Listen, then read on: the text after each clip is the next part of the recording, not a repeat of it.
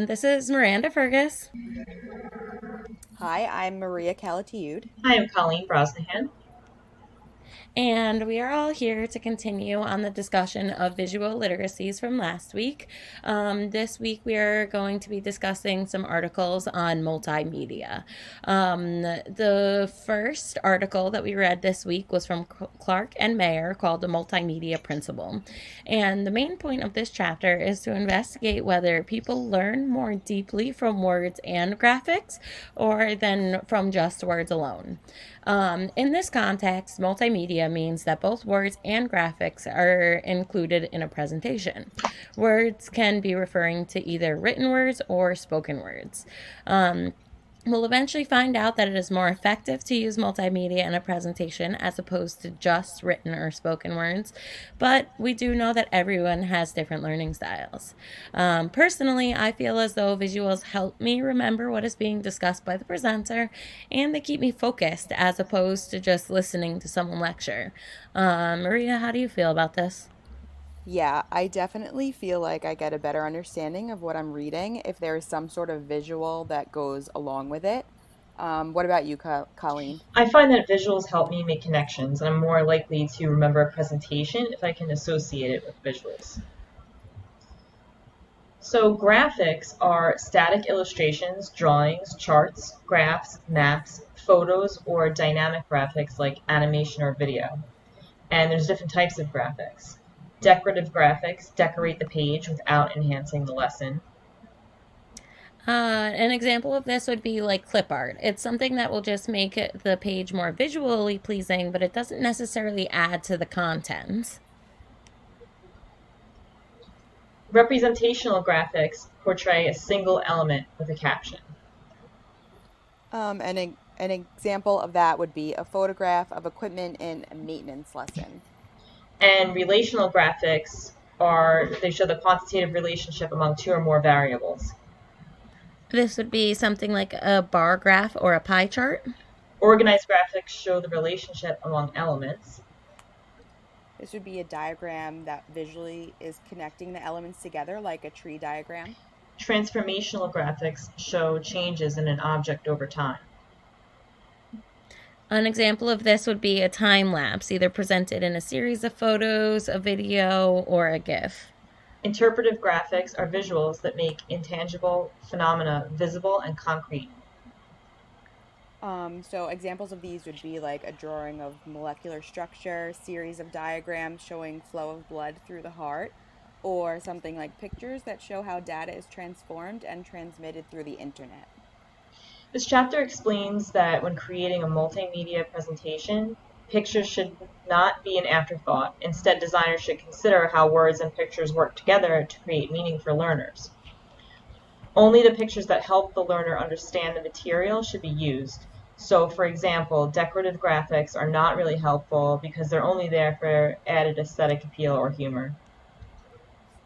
Okay, so we know from the chapter and reading that there's evidence that shows that it is recommended that when creating a presentation, you should include words and graphics rather than words alone.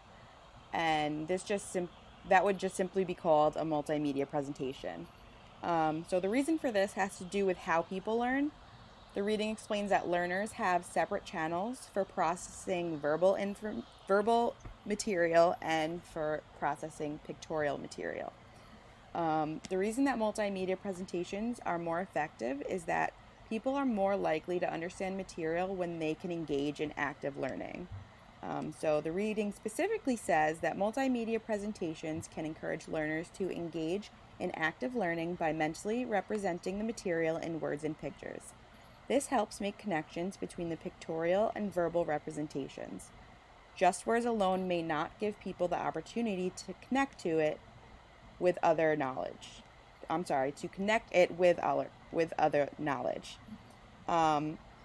However, we also learn in this chapter that the multimedia principle works best for novice learners and not necessarily for expert learners.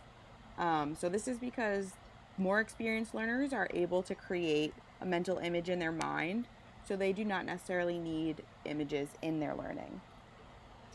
So at this point, we know that having graphics and words is beneficial to the presentation, but there's another type of graphics that we have not discussed yet, and that's animation graphics.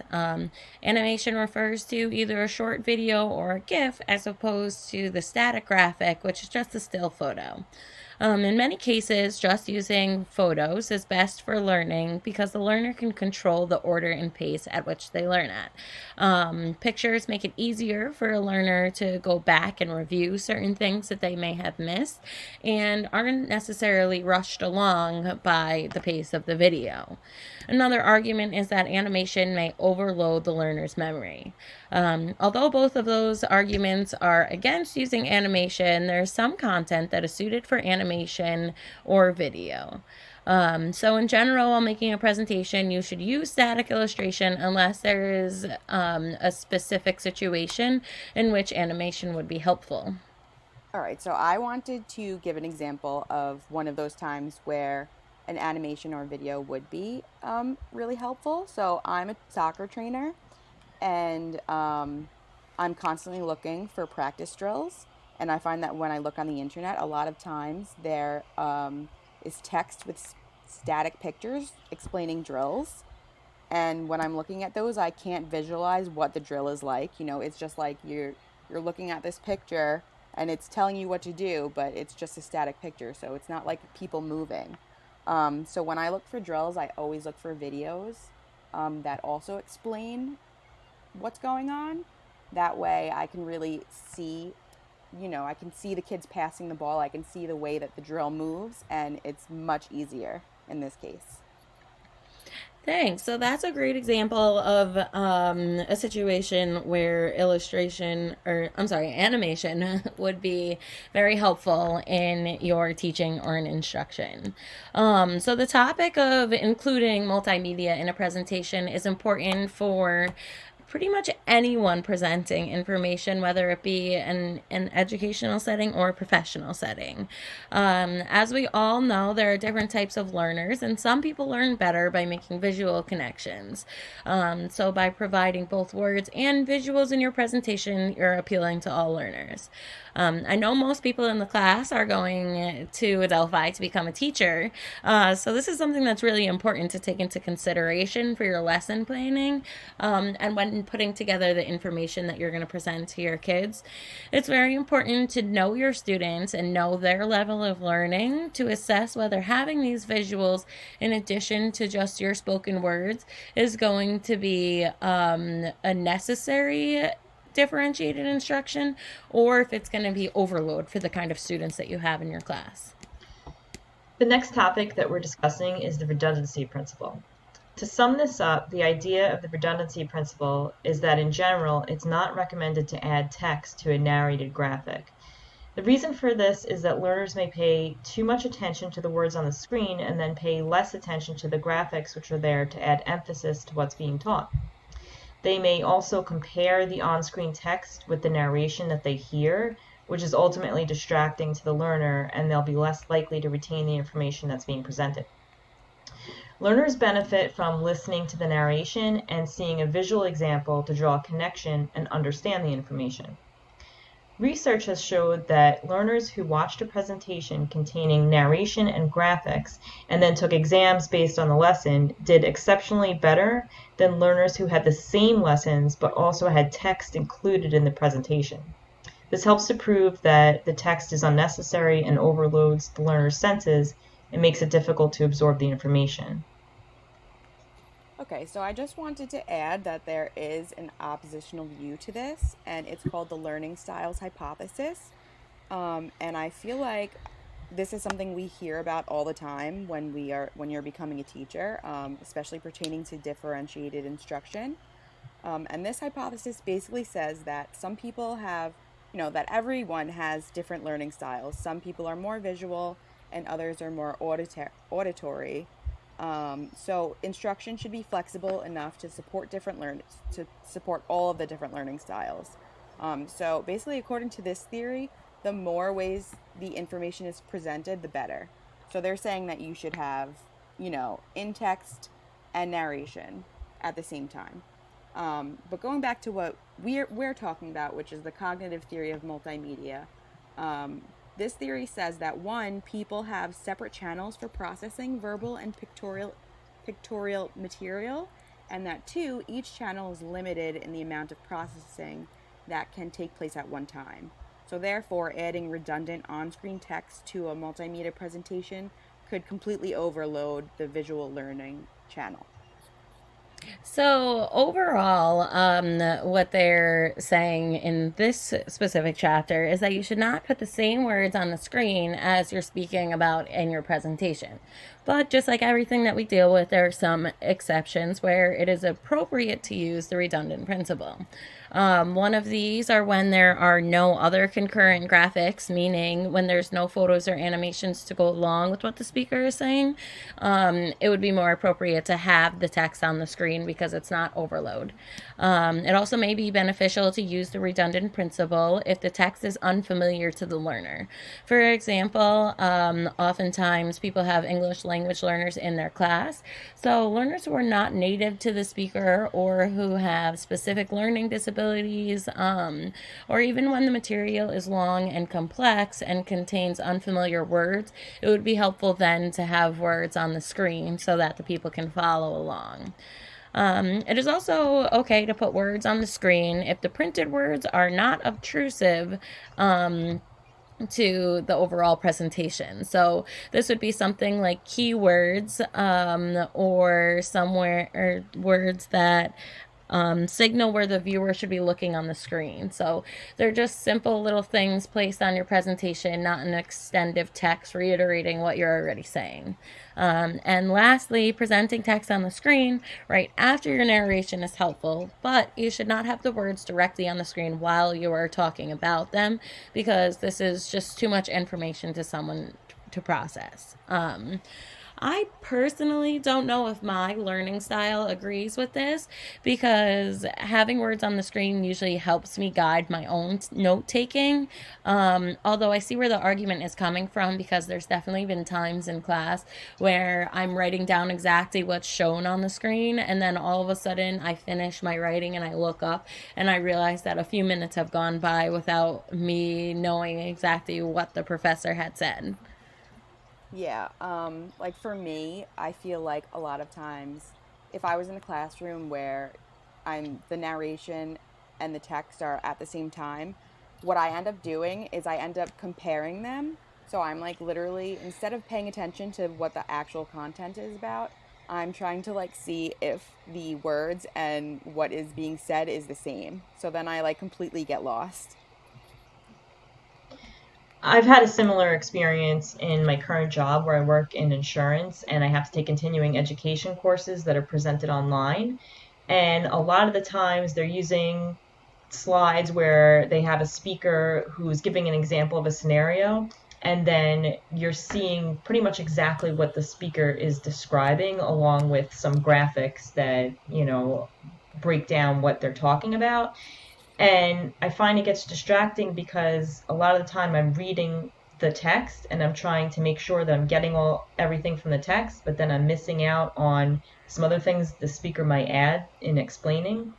So I think that I find that I usually just end up doing better by just tuning that out, listening to the speaker, and just jotting down some of the keywords to help me remember. Yeah, I was also going to just add that I think it also depends on what the subject of the lesson is, because for some subjects, the redundancy principle holds up, but maybe, like you said before, you're talking about native speakers, but maybe like in a language class, um, for a language teacher, they might want to put up the text so the kids can see it and listen to it because it's new to them. And then I was also thinking like kind of the same thing in maybe like an English class when students are learning like Shakespeare and they have no idea like what the Old English, like what the meanings are. Maybe for them it would be helpful to see it and to also hear it. But anyway, going into our third reading, which is the cognitive style of PowerPoint. Okay, so in this third reading, basically what the author is talking about is all the things that he hates about PowerPoint. So we all know that PowerPoint is the most common application for presenting in schools and professional settings. So it's used all the time. So it was interesting to hear about all the things that he hated about it. All right, so the first issue he has with PowerPoint is that PowerPoint is presenter oriented. So, it's all about the presenter and it's not about the audience. And then the second one is that there's extremely low resolution. So basically you cannot put a lot of information on each slide. So a lot of times you end up with like way too many slides with not a lot of information on them. The third issue that he has is with bullet points. He said that bullet outlines dilute thought and create generic, superficial, simplistic thinking. And the author highlights a severe problem that was caused by NASA's use of bullet points in a presentation. In the Columbia accident investigation reports, the PowerPoint bullets were really unable to explain the danger that was happening. Meanwhile, people were sending hundreds of emails trying to explain the danger.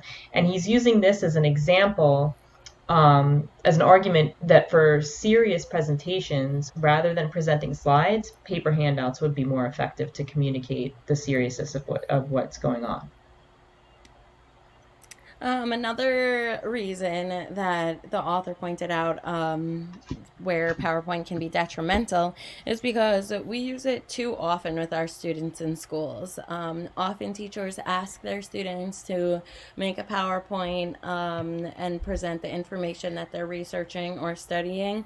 But in reality, the students are then making, say, a 6-slide presentation that totals 80 words, and they're not necessarily looking as deeply into the topic as they should be.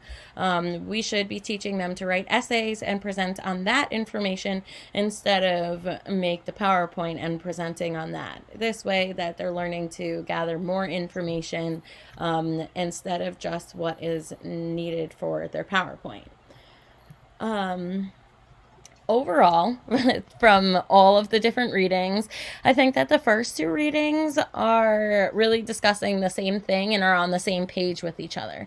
They both agree that it's important to use multimedia when presenting information to any group of people, and using multimedia is helpful, but it should not be over-presented by using audio, printed words on your presentation and pictures, because that's too much for someone to process in the amount of time as what is presenting to them.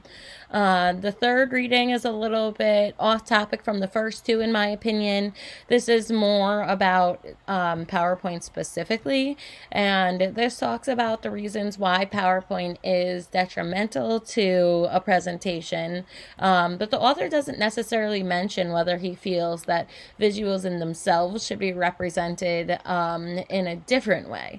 So I would be really interested to hear from this author if he feels as though multimedia is important in presenting information, just not using PowerPoint, but from another application.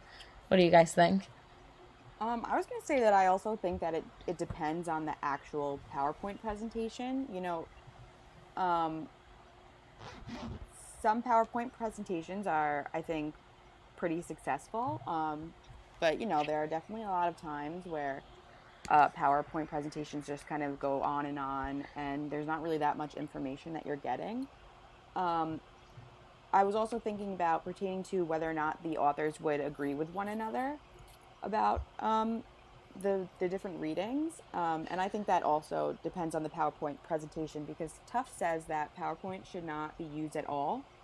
But I think that Clark and Mayer might argue that as long as the PowerPoint applied to the Multimedia Principle and the Redundancy Principle, then it would be fine to use PowerPoint. Tufte also says it's helpful to provide audience members with at least one mode of information that allows them to control the order and the pace of the learning, unlike slides and talk. And Clark and Mayer also speak about the importance of the learner controlling the pace and order.